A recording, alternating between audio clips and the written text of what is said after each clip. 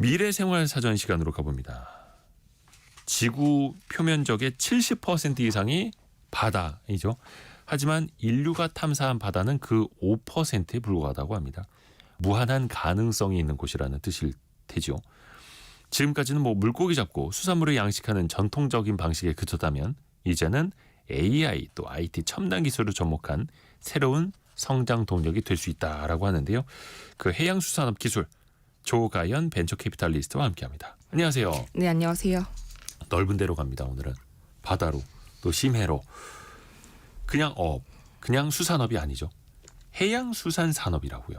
그러니까 말씀해주신 어업이나 양식업이나 수산물 같은 것들도 포함이 되고요. 네. 그 위에 선적으로 옮기는 물류라든지 해양 안에 있는 바이오 기술이라든지 풍력, 그 해양 에너지 같은 것들.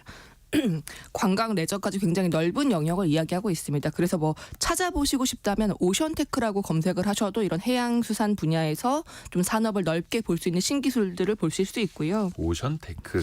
예, 그 해양 경제 산업 규모가 2030년까지 전 세계 한 2조 8천억 달러, 네. 우리 돈으로 한 3,600조 원대 정도까지는 좀 추정을 하고 있고 신기술 분야도 그만큼 이제 동반 성장하고 있다라고 봐주시면 좋겠습니다. 사실 한국도 그렇지만 앞서 나가 있는 미국이나 EU, 유럽 연합을 보면 해양 경제를 전반적으로 좀 성장을 하겠다라고 그 전략을 발표하고 있고요. 보시면 전통적인 해양 수산업에 여러 가지 기술을 접목시키거나 또 친환경 소재를 개발을 한다거나 또는 일반적인 이런 해양 수산물이 아니라 거기에서 어떤 고부가 가치 산물을 좀 뽑아내는 것들 이런 것들도 계속해서 장려하고 육성을 하고 있습니다. 그걸 하나하나 이제 들여다볼게요. 양식장에도 AI나 로봇 기술이 지금 들어가고 있어요. 도심 농장과 거의 유사하게 진행되고 있는데요. 도심 농장 같은 경우도 이제는 IoT 기술을 많이 써서 자동화를 하고 있는데 이른바 이제 스마트팜이라고 하는. 맞습니다. 양식장도 이제 스마트 양식 또는 스마트 컬처라고 하는 시대로 좀 이제 많이 넘어가고 있습니다. 생각해 보시면 그 전통적인 수산 양식이 아니라 이제는 자동으로 수온이라든지 산소 농도나 염도 같은 것들을 실시간으로 측정해서 관리할 수 있고요. 또 카메라와 인공지능을 같이 접목해서 어떤 어류의 피해 상황이 있다면은 이런 것들도 실시간으로 모니터링 하고요. 어류가 어떤 질병의 징후가 있다 이런 것들도 카메라로 감지할 수 있고 먹이를 얼마큼 먹는지 어느 정도 성장을 했는지 몸 길이가 어느 정도인지 이런 것들도 측정을 해서 되도록이면 사료를 좀 효율적으로 먹이고 또 폐사율을 줄이고 가장 적정한 시점에 이런 것들을 이제 판매할 수 있도록 하는 기술들도 이미 많이 적용이 되고 있습니다. 엄청 자동화가 되는 거네요. AI 기술까지 들어가고. 스마트팜만 있는 줄 알았는데 양식장에서도 이미 AI 기술이 쓰이고 있다. 어떤 기업들이 잘 나가고 있습니까? 많이 이용되고 있는 기술 중에 하나가 2016년도에 설립된 영국의 Observe Technology라고 하는 스타트업인데요. 네. 여기가 이런 대표적인 인공지능을 활용해서 양식장을 자동화하는 소프트웨어를 개발했다라고 보시면 될 것 같습니다. 이미 유럽과 북미에서 좀 대형 양식장 100곳 정도의 플랫폼을 공급하고 있는데요. 양식장 내부에 카메라가 설치되어서요. 이거 영상을 찾아보실 수 있는데 실시간으로 먹이를 주고 먹이 소비량이 얼마나 되는지 모니터링을 하고요. 네. 그리고 그리고 너무 많이 줬을 때는 이제 운영자에게 다음에 먹이를 줄 때는 이 정도로 조절하라. 와. 그리고 건강 이상 징후가 발견되면 이것도 관리자에게 바로바로 보고를 해주고 있습니다. 그리고 그게 관리자의 건강이 아니라 물고기들의 건강. 예, 맞습니다. 혹시나 그리고 기생충이나 어떤 네. 외부 이물질이 발견되면 이런 것도 이제 내부에 있는 카메라가 잡아내고 인공지능이 확인을 해서 관리자에게 어떤 이물질이 들어와 있다. 물속에 있는 이물질을요? 예. 기생충 증세가 보인다 이런 것들을 알려주고 있는데 영상을 보시면 물속 내부에 카메라가 있고요. 굉장히 많은 어류들을 인공지능이 비전으로 인식을 합니다. 그런 다음에 혹시나 이런 실 같은 기생충들이 보인다거나 이물질 농도가 좀 많이 보인다라고 한다면 이제 시스템이 자동으로 분석해서 알림을 주는 방식입니다. 신기하네요. 사람 얼굴만 파악을 하는 게 아니라 물고기들도 파악하고 어떤 게 이물질인지도 물속에서도 파악을 하는 거고요. 근데 우리한테 수산물 하면은 이제 노르웨이 연어, 노르웨이 고등어 이런 거 많이 떠올리지 않습니까? 그쪽에도 뭔가 좀 있나요? 기술 기업들이? 이런 양식 분야에서 앞서가 있는 곳들 중에 하나가 이런 북유럽 지역이긴 합니다. 특히 네. 노르웨이 같은 곳들도 이제 이런 스마트 양식을 많이 도입한 곳 중에 하나인데요. 앞서 말씀드린 그 영국의 업저버 테크놀로지라고 하는 기업도 대주주가 노르웨이 기업입니다. 노르웨이 그 증권거래소에 상장되어 있는 그 양식 회사 아크바 그룹이라고 하는 곳이 대주주이자 최근에 전체 지분율을 매입까지 해가지고 이제는 이제 자회사로 편입이 되어 있는데요. 이 노르웨이 아크바라고 하는 그룹이 원래 1980년대에 이미 만들어졌던 굉장히 오래된 양식 설비 기자재 회사입니다. 원래는 이런 가돌이 양식장들을 만들어서 팔다가 본인들도 이제 좀 디지털 전환을 해야겠다라고 생각을 하면서 이런 기술 기업들을 굉장히 많이 인수하기 시작했고요. 앞서 설명드린 회사 이외에도 양식장 관리 소프트웨어를 만드는 뭐 마리테크라고 하는 스타트업, 그리고 양식장 생산 관리를 전문적으로 그 관리하고 있는 뭐 수피리어 시스템, 이런 디지털 관련 기술들 회사들을 인수를 하면서 굉장히 확장을 하고 있고, 전 세계 1위 그 연어 양식 기업도 노르웨이 회사인데, 여기가 그 모이라고 하는 회사인데요. 여기도 스마트 양식을 적용하기 위해서 굉장히 많은 디지털 기술들을 활용하고 있는데, 최근에 그 외신을 보니까 축구장 한 2개 정도 규모의 이런 가돌이 양식장을 직원 3명이 관리하고 있다라는 기사가 나온 바가 있습니다. 와. 이게 가능한 것은 역시나 영상을 보시면 양식장 안에 이렇게 이동할 수 있는 카메라가 다니면서 24시간 동안 촬영을 하고 인공지능이 그걸 이제 비전으로 인식을 해서 문제점을 파악해주고 있기 때문에 전체적인 축구장 2개 규모도 한 3명 정도의 인원으로 효율적으로 관리할 수 있다라고 얘기를 하고 있습니다. 감시하고 먹이 주고 그런 관리하는 거를 축구장 2개 규모의 양식장을 단 3명이 관리한다. 대단합니다. 또 신기한 게 수산물은 당연히 바다에서 나는 거로 생각을 하는데 이걸 땅에서도 키울 수 있다고요? 수산물을? 그러니까 도심 농장, 뭐 스마트 농장이 있다면 이제 육지에도 양식장을 만들 수 있는 개념인데요. 이스라엘 그 스타트업 중에 아쿠아 모아프라고 하는 회사가 있는데 네. 여기는 이제 육상 스마트 양식을 전문적으로 개발한 회사입니다. 찾아보시면 당연히 전보다 물을 좀 절감할 수 있다. 그래서 물이 부족한 지역에서도 얼마든지 양식을 할 수 있다라는 걸 주장을 하고 있고요. 예. 그리고 마치 수족관에서 그 물이 계속 이렇게 돌아가면서 정화되는 것처럼 예. 물고기 배설물이나 이런 것들은 이제 바이오 필터나 기계 필터로 계속 정화를 시켜주고요. 그리고 일부 배설물은 이제 비료 같은 것들을 재활용해서 판매하기도 하고요.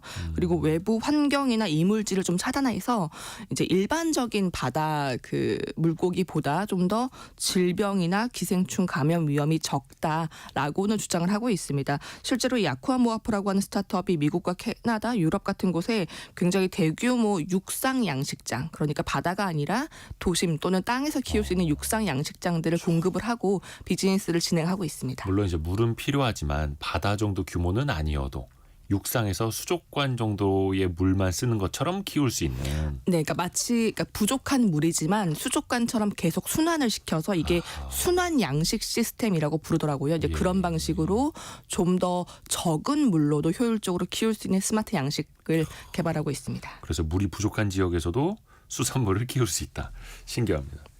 설마 해초도 이걸 가능합니까? 해초도? 그러니까 해초 같은 경우는 외부에서 양식을 한다기보다는 이제 바다에서 해초가 소실되고 있는 것들을 줄여주는 스타트업들이 있는데요. 사실 해초가 굉장히 그 재배 면적은 적지만 생각해 보시면 거기에서 물고기나 이런 해양 생물들이 서식하기도 하고 네. 바다의 오염물질을 흡수하기도 하고 이제 해초가 광합성을 하면서 산소가 만들어지기도 합니다. 그리고 일부 해초류 같은 경우는 보통 블랙카본이라고 불리는데 이산화탄소를 흡수해서 어떤 생태계 균형이나 환경 보존을 하는 역할도 하고 있거든요. 예. 그렇기 때문에 해초가 굉장히 중요한데 다만 뭐 기후 변화나 뭐 인간들의 어떤 개발 활동 때문에 해초가 굉장히 소실되고 있는 문제가 많이 지적되고 있습니다.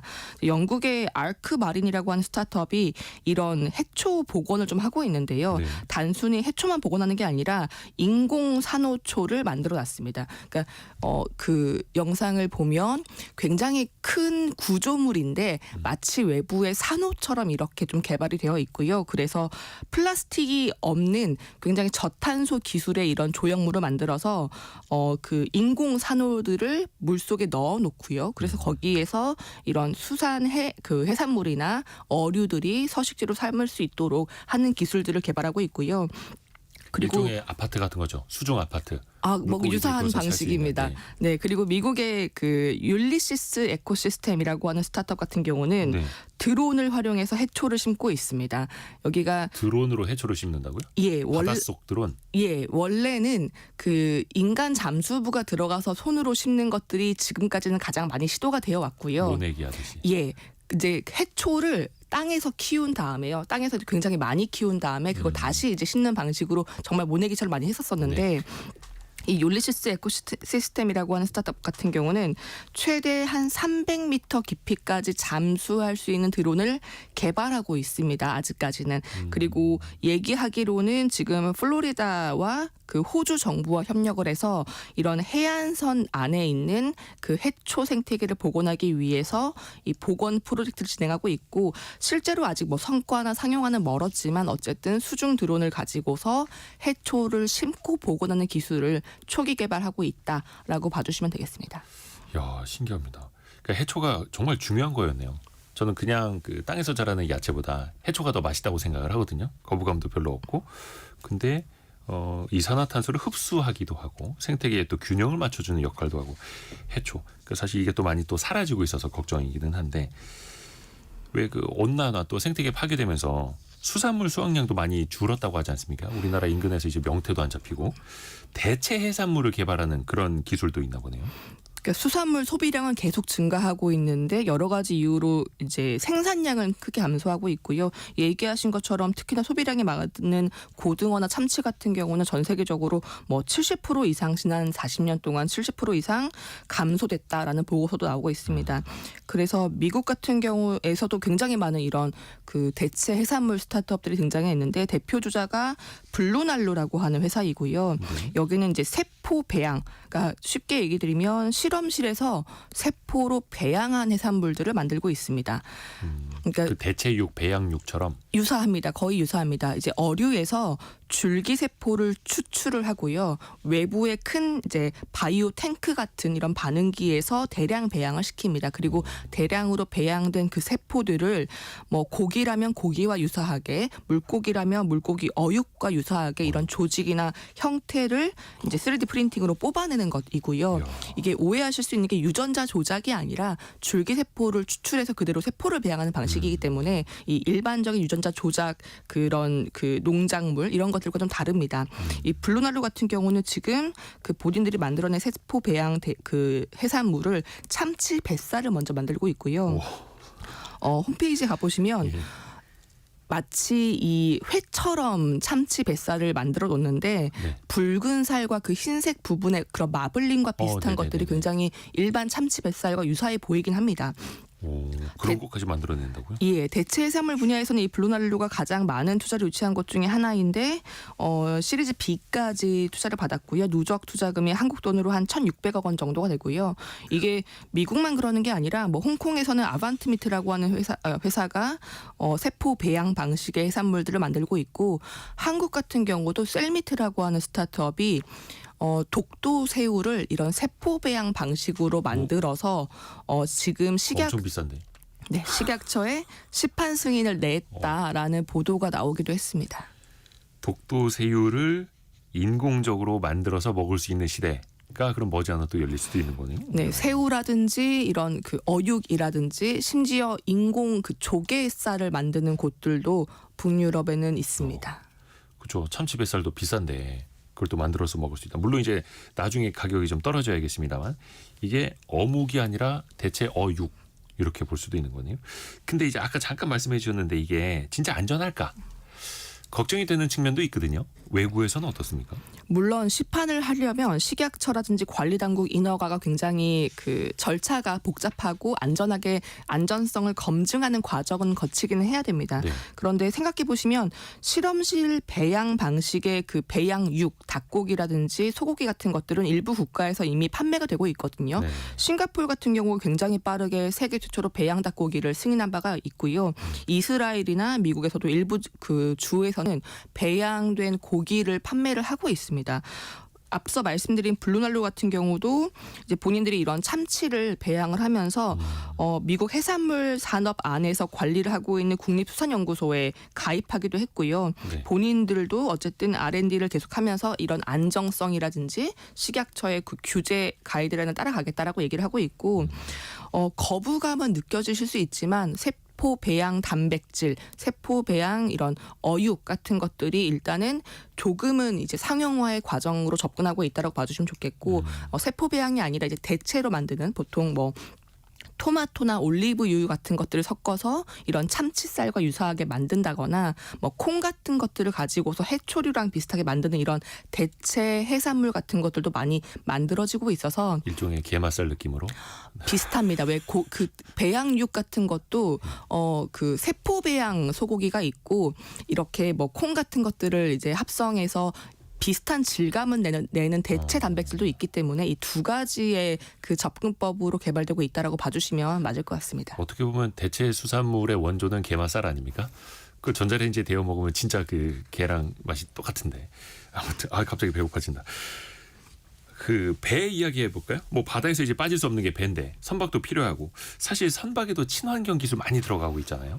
가장 대표적인 게 이제 전기 추진체 선박들입니다. 이제 주로 뭐 수소 연료 전지 같은 것들을 활용해서 친환경 선박들을 만들고 있고 대표적인 곳들이 이제 북유럽의 대형 선박사들을 중심으로 뭐 여객선 같은 것들이 이제 수소 연료 전지로 전환을 하고 있고요. 네.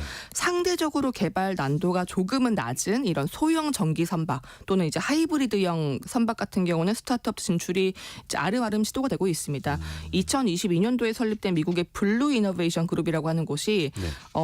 그 바다 위 테슬라를 이제 표방을 하면서 전기 선박을 만들긴 했는데요. 전기 선박. 예, 실제로 여기가 그 전 테슬라 제조 분야 임원이 창업을 한 곳이어서 예, 본인들의 어떤 경험을 이제는 선박에 적용을 하겠다라고 말하고 있습니다. 보면 한 9m 정도 길이의 전기 선박을 개발하고 있고요. 최대 속도가 시속 한 70km 그리고 최대 한 번 충전하면 한 160km까지는 주행이 가능하다고 얘기를 하고 있고요. 시제품 단계에서 이 전기 선박을 배터리를 완벽하게 충전하기까지 한 45분 정도 걸린다라고 보도가 되고 있습니다. 야, 전기차가 아니라 전기 선박. 이것도 또 기대가 되네요. 우리나라는 정말 조선 강국이잖아요. 최근에 이제 조선소들도 경기 되게 좋아지고 있고 우리 기업은 여기 어떻게 좀 이름 올리는 거 없습니까? 그 2019년도에 설립된 빈센이라고 하는 스타트업이 있는데요. 네. 여기는 실제로 그 창업부터 그 지역의 조선산업지원센터에서 만들어진 스타트업 중에 한 곳입니다. 여기도 역시 마치 바다 위 테슬라처럼 수소 연료전지나 이런 배터리를 활용해서 친환경 선박을 만들고 있고 그 완제품 선박뿐만 아니라 선박을 추진하기 위한 시스템도 개발해서 개발을 하고 있고요. 첫 번째로 개발한 전기 선박이 하이드로제니아라고 이름을 붙였던데 최근에 울산에서 한 100시간 정도 이상 시운항을 실증을 완료했습니다. 현재 먼저 적용되고 있는 것들은 좀 레저용 선박들인데 길이가 한 17m 정도 되고요. 앞서 설명드린 그 블루 이노베이션보다는 좀 더 길이가 크네요. 깁니다. 예, 그리고 최대 한 10명 정도 탑승 가능한 레저용 선박으로 이런 수소 전기 선박 실증 사업을 진행하고 있습니다. 전기 선박 나아가서 수소 전기 선박까지. 그러면은 선박도 이제 자율주행 되겠네요. 왜냐면 이제 바다에서는 그게 조금 더 용이할 수 있잖아요. 그러니까 선박 같은 경우도 GPS가 들어가고 뭐 레이더 라이다가 들어가고 인공지능이 들어간다면 최소한 선원의 개입 없이 또는 극단적으로는 선원이 없어도 자율적으로 원격 운항이 가능하도록 지금 개발이 되고 있고요. 2018년도에 설립된 영국의 그 선박 자율 운항 개발을 하고 있는 스타트업 오르카 AI 같은 경우는 여기 창업자가 이스라엘 해군 전문가가 창업을 했더라고요. 여기도 이 선박에 한 18개 정도의 카메라를 탑재를 하고 우리가 자동차 자율주행과 비슷하게 뭐 비전 인공지능, 딥러닝 같은 것들을 활용을 해서 실시간으로 바다의 상황을 감지하고 위험물을 탐지하면서 자동으로 운항할 수 있는 기술을 개발을 하고 있습니다. 그리고 이 모든 모든 운항 기록은 이제 클라우드에 실시간으로 저장이 되기 때문에 어떤 관리 감독이라든지 데이터 관리도 잘하고 있다라고 얘기를 하고 있고요. 또 다른 미국의 자율 운항 기술 스타트업 C 머신 로보틱스 같은 경우도 2015년도에 설립이 됐는데 여기도 바다 위에서 다른 선박들 간의 뭐 거리, 장애물 이런 것들을 감지를 하고 특히나 자랑을 하고 있는 것이 이제 우리는 좀 어두운 환경, 야간에도 운항이 가능하다라고 주장을 하고 있습니다. 이제 그렇다 보니까 실제로 미국 해안경비대가 이들이 가지고 있는 기술을 승인을 하고 본인들도 좀 적용을 하고 있고요. 네. 미국 국방부 같은 경우도 자율 운항 보급 선박을 이 C 머신스라고 하는 회사와 같이 공동 개발하자라고 계약을 맺고 진행을 하고 있습니다. 자율운항. 사실 이게 자율운항이 워낙 좀 유망하게 보여지다 보니까 기술 개발이 굉장히 치열한 분야긴 합니다. 예. 중국 같은 경우도 뭐 코스코라고 하는 굉장히 큰 해운 기업인데 여기도 자율운항이라든지 이런 신기술 분야에 굉장히 거대한 투자를 하고 있는 걸로 알려지고 있어서 AI가 접목되어 있는 자율운항 기술, 특히 선박 분야에서의 자율운항 기술도 좀 기대가 된다라고 보고 있습니다. 오토파일럿이 땅으로, 하늘로, 바다로 어디서나 이제 가능한 시대가 되어가고 있네요. 청소까지도 가능합니까? 예를 들어서 그 선박에서 선박 관리하시는 분들 제일 이제 골칫덩어리가 따개비 들러붙는 거. 그거 많이 들러붙으면 뭐 연비도 떨어진다고 하고 따개비도 어떻게 로봇으로 떼낼 수 있습니까?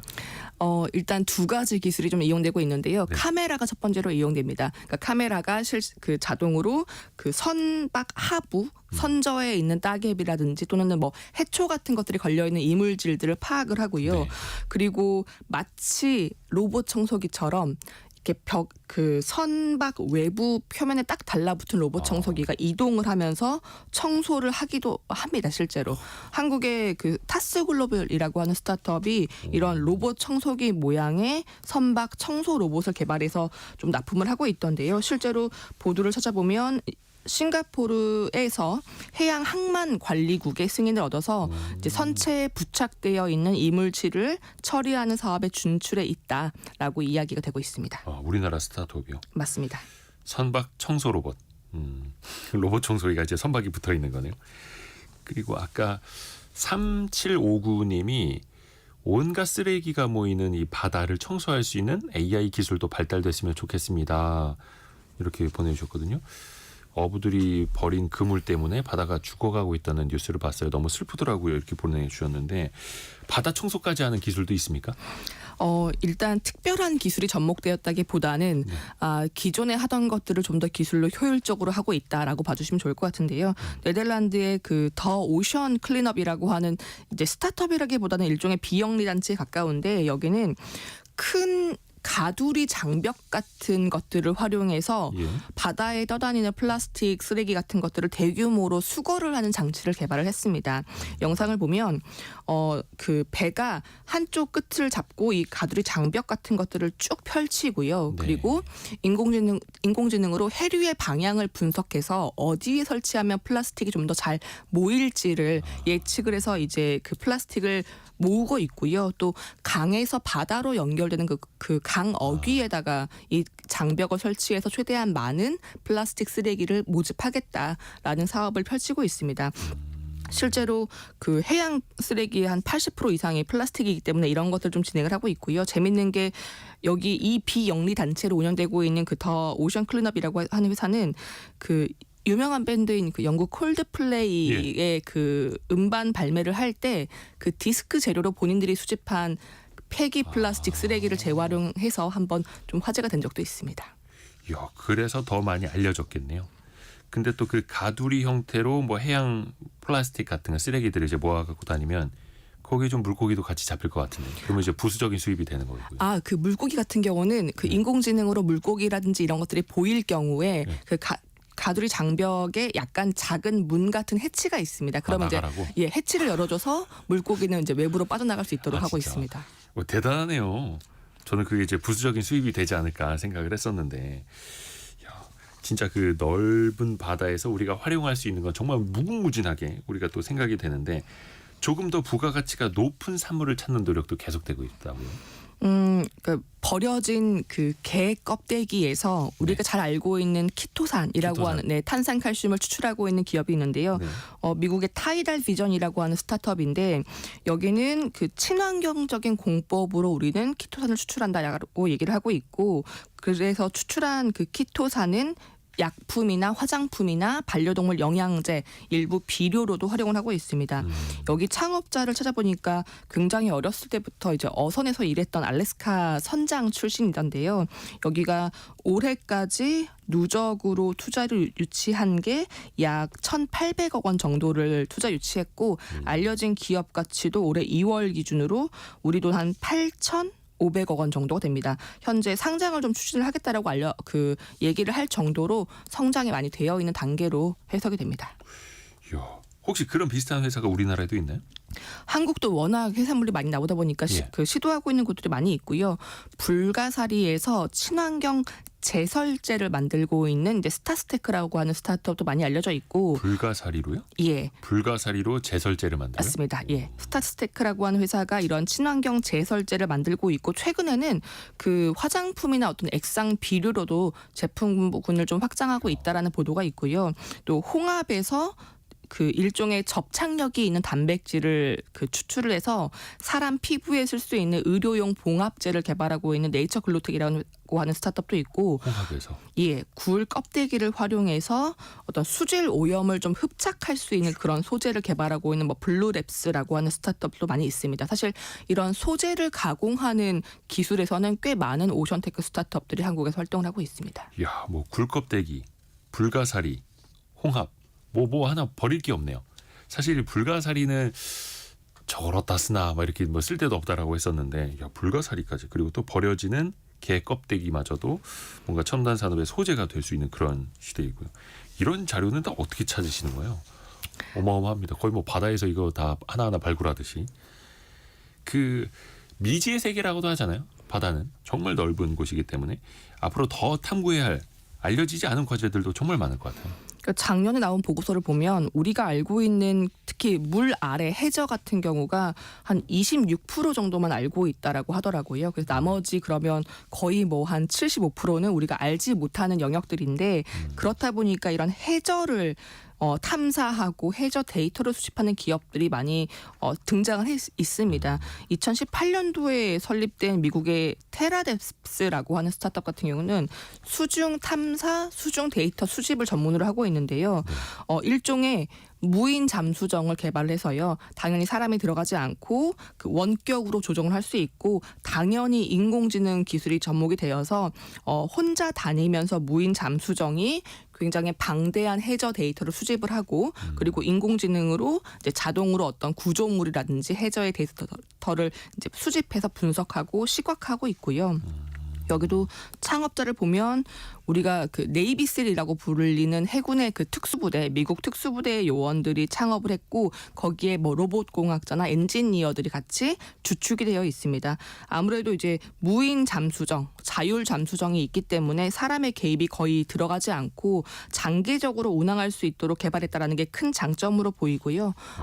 보도로는 최대한 6,000m까지 해저로 운항을 할 수 있고, 그리고 이제 종종 물 위로 올라와서 태양광 배터리로 충전을 하고요. 그리고 물 위로 올라왔을 때 데이터도 이제 원격으로 위성에 올려서 실시간은 아니지만 어쨌든 그때그때 그 중요한 데이터들이 소실되지 않도록 하는 것들을 하고 있고, 배터리 같은 경우는 태양광뿐만 아니라 근처에 있는 이제 선박으로 이동을 해서 배터리를 교체하는 방식으로도 운행이 되고 있습니다. 자율 잠수정. 그러니까 해저 6km 깊이까지도 들어가서 탐사할 수도 있는 거고요. 신기합니다. 그러니까 큰 선박으로 한다 한들 뭐 한계가 당연히 있을 수밖에 없으니까 계속해서 이렇게 또 첨단화되는 거네요. 엔비디아도 이 분야에 관심이 있다고요? 그러니까 데이터가 있는 곳에는 엔비디아가 있다라고 보는 게 맞을 것 같은데요. 심해 데이터도 생각해 보시면 뭐 국경을 정한다든지 심해 자원들을 찾는다든지 특히 뭐 석유를 시추한다든지 하는 굉장히 많은 산업에서 심해 데이터가 잘 이용될 가능성이 높습니다. 그렇기 네. 때문에 그 상업적인 가치도 높다고 판단을 하고 엔비디아 같은 경우도 이제 슬슬 협업을 하기 시작했다라는 단계로 해석이 되는데요. 네. 미국의 그 세일드론이라고 하는 스타트업도 유사하게 자율무인 수상 차량을 개발을 해서 수중 드론. 드론은 아니고요. 예. 영상을 찾아보면 굉장히 작은 그 무인 요트라고 보시면 됩니다. 굉장히 작은 한 1인용 요트 정도인데 무인으로 운행이 되고 상체랑 그 배 본체랑 하부에 모두 센서가 달려 있어서 실시간으로 물 위의 기상 데이터, 물 아래 해저 데이터를 함께 수집을 하고 있습니다. 근데 그렇다 보니까 굉장히 데이터가 많고 이건 단순히 기후뿐만이 아니라 뭐 해양 어류들을 추적한다던가 포유류가 있으면 이런 음향 데이터를 수집한다거나 대기라든지 해양 안에 있는 이산화탄소를 측정한다거나 이런 굉장히 많은 데이터를 수집할 수 있다 보니까 여기도 엔비디아와 파트너십을 맺어서 그 엔비디아가 가지고 있는 인공지능 인프라, 클라우드 인프라를 활용해서 본인들의 데이터를 가공하고 관리하는 그 사업을 하고 있습니다. 누적 투자 유치가 한 1억 9천만 달러 정도가 되고요. 여기 이제 본인들이 이야기하기로는 우리는 바다 위아래 지도를 만들어서 일종의 그 바다 맞춤형 디지털 트윈을 하겠다라는 것을 사업 목표로 내세우고 있습니다. 바다 지도. 우리가 보기에는 그 바다는 다 똑같아 보이고 똑같은 색깔에 어떻게 구분이 되나 모르겠는데 디지털 바다 트윈 지도까지도 구축을 한다. 신기합니다. 6814님이 어제 남편이랑 스마트팜에 대해서 대화를 했었는데 귀가 솔깃해서 청취하고 있습니다. 좋은 정보 감사합니다. 이렇게 보내주셨고요. 아무래도 그 해양수산업 하시는 분들 입장에서는 관심이 갈 법하죠. 아까 그 AI를 도입한 그 양식장. 축구장 면적 2배만 한데 3명이서 관리하면 끝. 이런 거 좋죠. 또 하나가 그 태양광 발전소가 참 필요하기는 한데 그 육상에 우리 뭐 땅도 좁은데 땅 너무 많이 차지한다. 그리고 보기 안 좋다. 뭐 환경적으로 좀 해친다. 이런 지역들이 있잖아요. 아예 그거를 바다로 옮기는 것도 있다고요. 그러니까 태양광이 굉장히 효율성도 꽤 있고 또 친환경적으로 유의미한데 워낙 넓은 면적의 토지가 필요하다 보니까 말씀하신 것처럼 육지를 활용하는 데 좀 제한점이 있습니다. 근데 그렇다 보니까 넓은 바다를 활용해 보자라는 그 관점으로 접근한 스타트업이 있고요. 네덜란드의 솔라덕이라고 하는 스타트업인데 땅이 아니라 바다에 띄우는 일종의 이제 해상 부유형 태양광 발전소를 개발하는 스타트업입니다. 찾아보시면 바다에 마치 큰 기둥 같은 이런 그 지지대들을 여러 개를 꽂아두고요. 네네. 그 위에 태양광 패널을 넓게 펼치는 방식으로 설치되어 있습니다. 그래서 이미 작년 한 3월부터 네덜란드 해안가에 세계 최대 규모의 해상 태양광 발전소를 건설하기 시작했고요. 이야기하기로는 이 지금 건설되는 발전소는 한 5메가와트 정도의 에너지를 생산할 수 있다라고 얘기를 하고 있고 역시나 바다가 워낙 환경이 좀 거칠다 보니까 네. 모듈형으로 미리 만들어서 이동하고 설치를 합니다. 이제 그렇다 보면 아마도 현장에서 조립식으로 설치할 수 있기 때문에 왜 그 소형 원자로를 건설하는 것처럼 이제 모듈형으로 만들고 있고요. 여기가 그 네덜란드뿐만이 아니라 일본에도 협력을 하고 있는데 도쿄만 근처에 굉장히 작지만 이런 비슷한 부유형 태양광 패널을 설치를 해서 일본 회사와 협력하고 있는 사례도 알려지고 있고 말레이시아에서도 말레이시아 인근 그 해안가에 해상 태양광 발전소 프로젝트를 진행을 하고 있다라는 보도가 나오고 있습니다. 이야, 신기합니다. 조력 발전 넘어서 또 해상 풍력 넘어서 이제 해상 태양광 발전소까지도. 그 소프트웨어 산업은 어떻습니까? 그 바다 어떤 그 바다 자원을 매개체로 하는 소프트웨어 산업도 있을 것 같은데. 앞서 소개해드린 그 바다의 지도를 만들고 있는 회사 같은 경우도 엔비디아와 협업하게 된 중요한 이유 중에 하나가 바다의 데이터가 이제는 중요하다는 관점에서 접근을 하는 건데요. 그래서 이야기하기로는 이제 오다스라고 부르는데요. 오션 데이터 애서 서비스라고 부릅니다. 왜 저희가 전에 얘기할 때 그 언제나 어디서나 설치하지 않고 소프트웨어를 사용할 수 있는 형태를 이제 사스라고 많이 부른다. 그렇죠. 소프트웨어 애저 서비스. 네, 서비스형 소프트웨어 그 산업이 좀 크고 있다라는 얘기를 많이 드렸었는데 여기는 이제 거기 앞에 오션을 붙여서 이제 오션 데이터 애서 서비스입니다.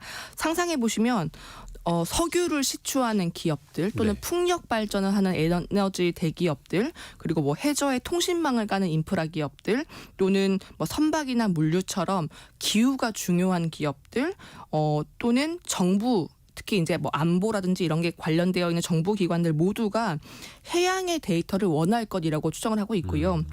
그렇다 보니까 앞서 설명드렸던 뭐 테라뎁스나 뭐 세일드론 같은 스타트업들도 이런 오션 데이터, 바다 데이터를 실시간으로 분석을 해서 이런 고객사들에게 제공을 하고 있습니다. 예를 들어 뭐 해안가에 어떤 보안 문제가 생긴다면 네.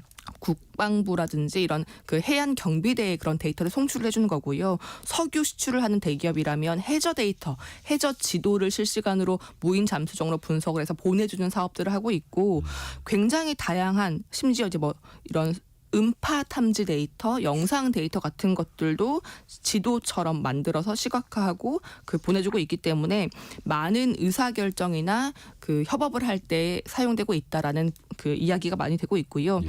세일드론 같은 스타트업은 심지어 미국 국방부와 협업을 해서 마약 단속을 하는데도 본인들의 해저 데이터를 이용을 하고 있습니다. 바다로 넘어오는 그런 마약 사범들. 맞습니다. 참. 그래서 사실 우리나라 입장에서는 삼면이 바다로 둘러싸여 있고 우리가 또 이 바다를 잘 활용하면 좋을 텐데 약간 기술적인 측면에서 좀 아쉬운 측면도 있어요. 물론 이제 잘하고 있는 측면도 있습니다만. 한국 같은 경우도 자율 운항 기술이라든지 앞서 설명드렸던 것처럼 뭐 굴 같은 이런 해양 소재를 상업화하는 것들 그리고 빈센처럼 친환경 전기 선박을 만드는 것들도 굉장히 많이 진행을 하고 있고 진출도 잘 하고 있습니다. 그리고 최근에는 정부 같은 경우도 모태 펀드를 통해서 그 해양 수산 스타트업들을 지원할 수 있는 정책 자금들을 이제는 좀 그 진행을 하고 있어서 뭐 지금은 만족할 수준이 아니더라도 중장기적으로 좀 성장할 수 있는 기반은 마련되어 있다라고 봐주시면 좋겠습니다. 말 그대로 무궁무진. 0961님이 무궁무진하네요. 성공 예감 들으면 자신을 발전시킬 수 있네요라고 보내주셨고요. 1918님도 무궁무진한 바다의 매력을 느끼게 됩니다. 바다를 소중하게 아끼고 잘 활용하면 좋겠어요라고 또 이야기도 주셨습니다. 오, 역시 방대한 자료 조사. 거의 뭐 바다에서 나온 것 같은 방대한 자료. 감사합니다. 조가연 벤처 캐피탈리스트였습니다. 고맙습니다. 네, 감사합니다.